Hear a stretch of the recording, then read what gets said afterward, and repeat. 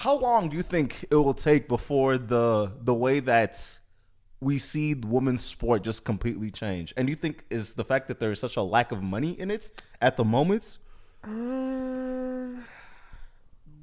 It's hard because I think even women's athletes don't even necessarily support women's sports. Okay. Like, okay. I can't even tell you.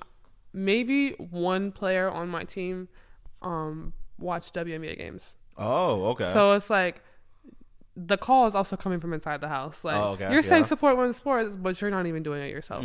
So I don't know when that will happen.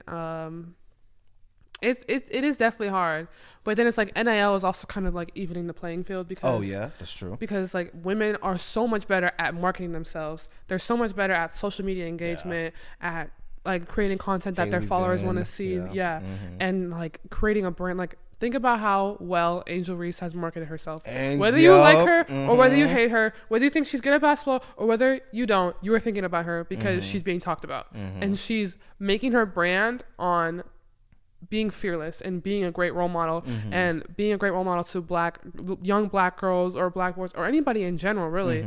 Just being unapologetically her. Like, she has never apologized for anything she's done because she's so confident in who she is. And no matter how much hate she receives, how much backlash she receives, she does not let that stop her, you know? She seems very much like she got that dog in her. Absolutely. Got that dog. Definitely. Absolutely. Okay, you know what? Let's go here first for moving on. I feel like the thing that's gonna help like really change women's sports is the fact like individuals such as Enrique, where her vibe, the same thing that people go to like SGA for, is the same thing that she's putting out. And I gotta get a pair of her shoes. Hard. They're so hard. Yeah, her and Sabrina is really tough, and I feel like now that people are actually taking, especially Nike, the fact that Nike's taking the chance to really put money into them, I feel like that's gonna help them like a lot more in the long run. Because like for the individuals that just want to be like different, they're buying into it. The people that like want to be like quote unquote cool, they're buying into it as well. And I feel like, especially with a lot of NBA players, they want to show love to the women's game. Individuals like Michael Bridges, Kyrie, people like that, Devin Booker. There's a lot of people like that want to see the league succeed. So I feel like that's helping them in the long term. Why do you think that a lot of women don't really pay much attention to women's sports, even if they are athletes? I do not know. I also think the women's games aren't as easily accessible. Yeah, that's true. Like, if you tell me that the only way I could watch an NBA game is by buying NBA League Pass, I will not watch a single NBA game.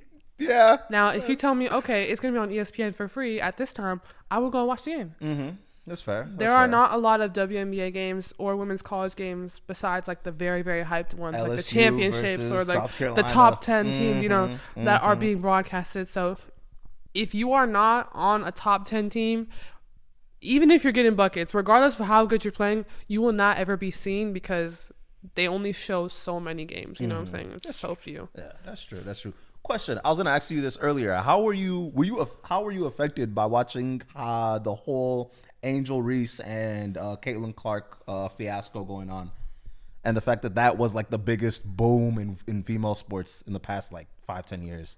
I think when it comes to women's sports, any attention is good attention. Okay. Yeah. So I mean, it's great that they're growing the game. You know, how many people were angry at Angel Reese, calling her ghetto, calling her this? They're still talking about her. Yeah. At the end of the day, whatever you're saying is putting money in her pockets, and it's in turn growing the game. Because then you're like, oh, who's Angel Reese? Oh, then you Google LSU women's basketball, and then you Google the national championship game, and it's like, whatever you want to say, oh, Caitlin Clark is so cocky, you were still talking about her. You are still like feeding into that and growing the game in a way. Now it's like, oh, Angel versus Caitlin, when the whole time they are actually like cool. Hey, the same team. They do not have any beef. You are creating this beef. And that's what I'm saying. That's the problem with social media. It's also good, but it's a problem. People feel like they are entitled to just commenting on whatever they want to comment on. They feel like they have unrestricted access to just say what they want to say to somebody, and that has to be like the case. Like, oh, I believe that women's basketball sucks. You should take it off the screen. I do not want to watch this. Stop posting these highlights. Nobody's watching this. Like, Do you really think that you saying that is going to stop ESPN from posting women's basketball highlights? No, it's not. Like, I don't know. It's so annoying. Like, I could care less about what someone has to say about me, especially when I do not know them. Like, and it is never, like I said, it's never the happy people. It's never the successful people that are actually have something going for themselves in life, that are wasting their time sitting and talking about other people. It's never that.